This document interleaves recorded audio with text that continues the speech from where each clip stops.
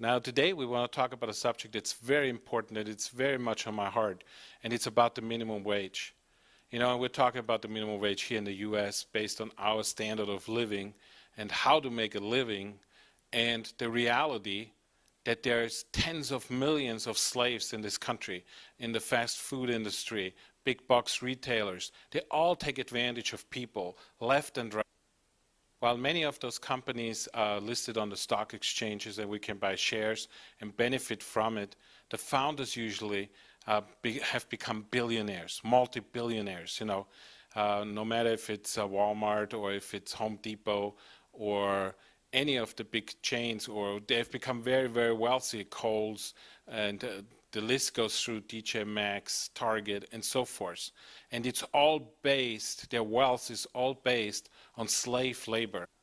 Now let me illustrate it. My suggestion is, and we want to support it, is an $18 an hour minimum wage. Now that's not popular in conservative circles, trust me. I'm the most conservative person you can think fiscally and in other sense and politically. I'm a Republican and I'm very conservative, but $18 an hour minimum wage is a must for this country to survive. Right now we're taking advantage of people that work basically for slave labor. Now don't get too excited, let's just go through the numbers. If you get $18 an hour, you work 50 hours a week, you make $900 a week before taxes. Now, if you work only 40 hours, which is usually the standard, you get $720 a week before taxes. Now, let's look at your expenses, just to illustrate that even at $18 an hour, it's very hard to survive. And by the way, we've come accustomed to the fact that we now need two-income households, meaning husband and wife, both have to go to work in order to pay the bills, instead of the wife, for instance, staying at home, taking care of the kids and all those things. They spend more money on childcare, even at a young age, than, for instance, what one partner makes in a week on. Now let's look at the expenses that we have, and I know each coast is different. New York is way more expensive, Connecticut, and then you go to the California, which is also more expensive, and the Midwest is cheaper and so forth. But let's take an average, just a general average. Let's say a rent or a mortgage will be like $200 to $300 a week. Let's stay with about $250. I know you can get by with maybe $200 a week, or a little less or more. But let's just take a $250 to be a little generous. In some parts you won't be able to rent anything below $300-400 a week. But let's take $250. Then you have a car payment. In order to get to a job, you need a car. You cannot save money for a car because you're not making enough. When you grow up young, you don't have money. They only pay a few dollars an hour. You work hard, but it's not enough to buy a car cash usually, an old clunker maybe, but that the repairs will be more than what your car payment will be in most cases. So your car payment will run you at about $50 to $100 a week if you're conservative in general, and let's say $75 a week. That's $300 a month, includes title tax. And most cars will cost you at least $100 a week. Then you need gas. You need to get to your job, and for that we allocate about $50 a week. And depending where you live, in Texas, in some places you may have to drive much further than in other places. But 40, 50, 60 bucks a week for gas at least. I know somebody who spends $200 a week on gas. Yeah, they have a pickup truck. It's not necessary. They could have a more economical car, but still they live 80 miles away from where they work and they commute every day. Now, car insurance will run you at approximately 20 bucks a week. If you're a good driver, maybe you get it down to about 15 a week, but usually it's actually 25. So let's say $20 a week for car insurance. Then you have other expenses like utilities, power bill, water bill, natural gas, or whatever your means of heating is, and so forth. And that will run you at about $40 a week on average. It could be even up to $100 a week in hot areas where you need a lot of AC and you have an older system. It's easy that your power bill will escalate, and even in a smaller space, or depending on the size, I get it, but let's just be conservative, 40 bucks a week. Then you need food. How much do you need a day? Can you live with junk food for 5 bucks a day, or the dollar menu and all those things? Yes, you could, or you upgrade a little bit, but let's allocate about $80 to $100 a week per person for food. Then if you have a family, see if your wife is at home and she cooks, you can save a lot of money because you eat at home, other than maybe lunch, or she can make lunch, and you can save money, and maybe that $100 a week will work for two. But if you have kids and so forth, they need a little snack here and there. It's very hard to come through, to live on 150 even a week, depending, I know you can penny pinch, you can couponing and all those things. And the next thing is you need a telephone, cell phones and so forth. And there's cheaper plans, and you can live on like 11 bucks a month per phone. But let's say the average is about $20 a week. So just for general purposes, you're up to about $555 a week. And anywhere actually from $550 to about $620 a week. Now we said if you get $18 an hour, you work 40-hour week, you're making $570 a week after taxes, approximately. Yes, you get a tax refund, we know all those things. And that's the additional bonus at times, depending on your lifestyle. If you have a mortgage, you get more of a tax refund, and if you rent, probably not. But at $18 an hour, working 40 hours a week, even if you're single, there's not really anything left. If you're a couple, basically nothing is left. If you have two kids, you're not making it. You're basically wiped out, theoretically.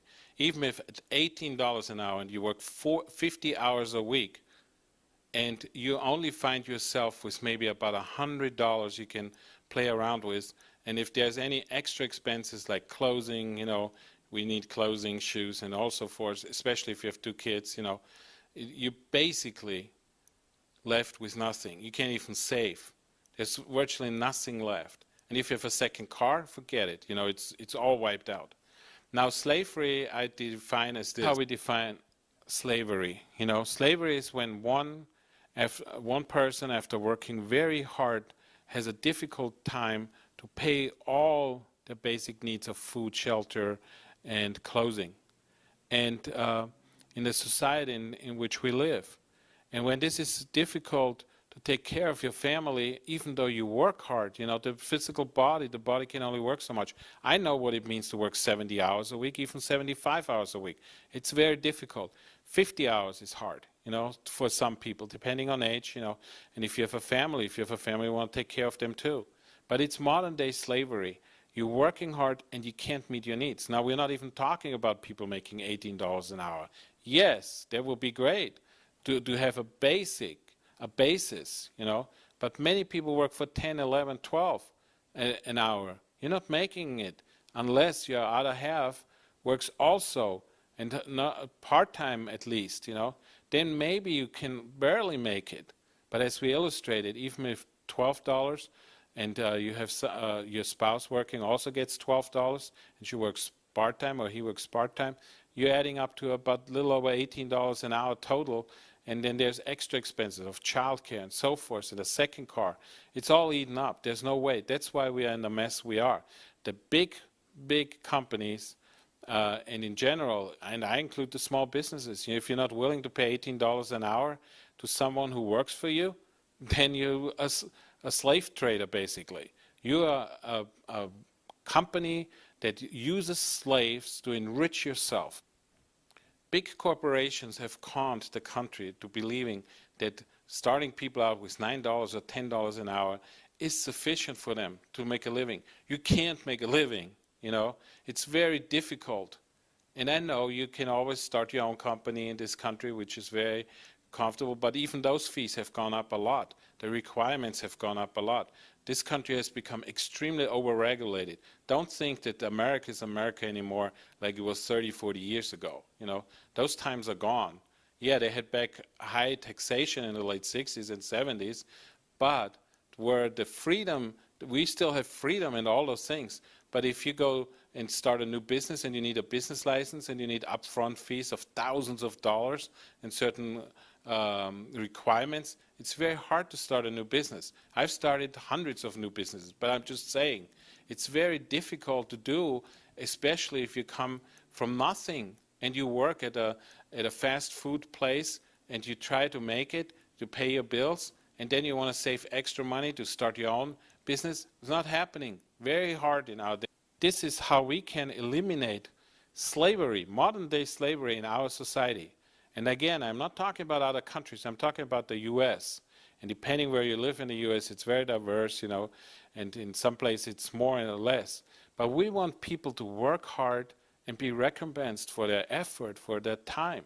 I mean, customer service will improve. If you work hard and you know you can pay your bills, and I'm not talking about extravagant living or crazy living or things, just a simple, basic lifestyle. We did studies over here and over there and calculated it and checked all the facts and different things. And that's where we came up with. An $18 minimum wage is necessary in order to abolish this type of slavery in our day and age. And in order for people to be really able to work hard, be happy, and enjoy a happy life. You know, families are splitting up. There's so many divorces, and it's usually over money, you know. People become discontented. We can't make it. We work hard. The husband works now 60 hours a week. He still can't make it. The wife jumps in with another 20 hours. We can't make it. And they're not living extravagant. They have a small little house, and they have 2 cars, maybe older cars, maybe used cars, and nothing extravagant. And they just eat normal food. They don't even go out to eat somewhere. It's made, and it's still not making it.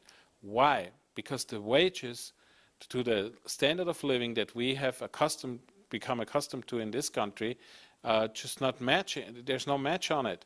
They're just too small. We need wages that go up, and we need a minimum wage of $18 an hour. If you're interested in supporting this effort, contact your congressman, your senator, and just bring this on the table. Say, we need a minimum wage of $18 an hour, and go through the numbers again, which I gave you here. The average rent, the car payment, the utility payment, gasoline for the car, food, telephone, just basic needs. We're not talking about vacations in Disney World for $5,000 a week, you know. We're not talking about luxuries like that or whatever or anything, but we're talking about basic needs. And that's why the $18 an hour minimum wage is necessary. So please contact your congressman, contact your senator, and all representatives, and put this on the table so that it's for your benefit, and companies won't become poorer. You know, they become richer anyway. And it's actually we had a great inflation in prices with many different products over the last 10, 15 years, if you haven't noticed. So many things have become double or more in price, but your wages haven't gone up much. They've gone up some, but very little in comparison. I mean, just imagine how much the cost is for gasoline. You know, like 15 years ago, we were running at $1, $1.20, $1.50 was horrendous. Now we're always between $3 and $4, $3.50, depending where you live. For a gallon of gas, you know, it's crazy. So it just shows you one factor of inflation. Milk, you know, $3 a gallon, easy. Sometimes a special for $2.80.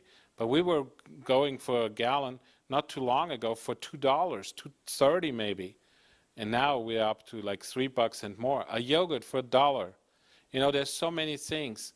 And we just need to understand that concept. It doesn't mean to complain or to be crazy. We just want to make a regular living. Work hard and be paid for our work, for our labor, which is also a biblical principle. We want to be paid for our labor just to meet at least the basic needs. And if something extra is left, that's great. Then we can save. And we can leave an inheritance to our children maybe, or we can buy this home, or we can cut down on credit and all those things. There's also student loans. People have student loans. They have to pay them off. You know, I'm not even going into that area. You know, all kinds of things. And yes, many people live above their means, but because the minimum wage is somewhere in slave territory. You know, we need a minimum wage of at least 18 so people can make 20, 25 an hour, or something like that. So that becomes the standard according to our standard of living. Thank you so much for watching, and please pass it on, and let's get this thing moving, which will be much better for all of us and for our economy. God bless you.